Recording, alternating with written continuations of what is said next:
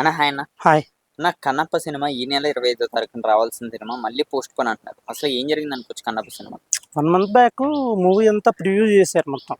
వాళ్ళ family members అంతా వచ్చి చూశారు. నాకు తెలిసినంత వరకు అది మళ్ళా చేంజెస్ కావాలి, కొన్ని సీన్స్ సరిగ్గా లేవు, స్టోరీ కూడా కరెక్ట్గా నేరేట్ అవ్వట్లేదు, మళ్ళీ రీషూట్ చేద్దామనే ఉద్దేశంతో ఉన్నారు కాబట్టి పోస్ట్ పోన్ అయింది. గతంలో కూడా ఈ సినిమా అలాగే పోస్ట్ పోన్ అయింది అన్నారు. ఇలా పోస్ట్ పోన్స్ మీద పోస్ట్ పోన్ అసలు ఎందుకు అవుతుంది అనుకోవచ్చు?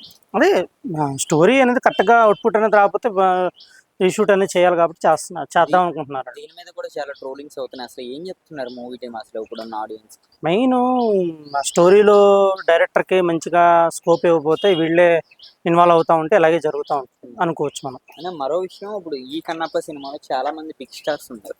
ప్రభాస్ గారు, అక్షయ్ కుమార్ గారు, మోహన్ లాల్ గారు. ఇప్పుడు వీళ్ళందరినీ కూడా మరి రీషూట్ అంటే మరి ఇబ్బంది కలిగే అవకాశం లేదా సినిమా?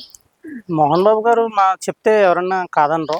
సో ఆ కోణంలో వస్తారు. లోపల మనసులో ఇంట్రా ఇది అనుకున్నా బట్ వచ్చి చేస్తారు అనిపిస్తుంది. అలాగే మంచు విష్ణు గారి విషయానికి వస్తే ఆయన అసలు ఈ సినిమా మీద 10 సంవత్సరాలు కష్టపడాలని కూడా ఆయన పదే పదే చెప్పారు.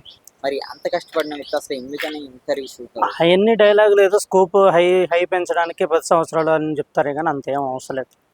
ఇప్పుడు అసలు ఈ సినిమా ఆడే అవకాశం ఉందా? పక్కా ఆడిద్ది. మంచి సబ్జెక్ట్ సినిమా పక్కా ఆడిద్ది. బట్ ఏంటంటే ఆ స్టోరీ అనేది కరెక్ట్గా ఉండి మళ్ళీ షూట్కి వెళ్తే బెటర్గా ఉంటుంది అనిపిస్తుంది. ఎందుకంటే ప్రివ్యూలో ఒక్కళ్ళు కూడా పాజిటివ్ ఫీడ్బ్యాక్ ఇచ్చినట్టుగా అయితే అనిపించలేదు. ఆ వీడియో చూస్తే మనకు అర్థమవుతుంది.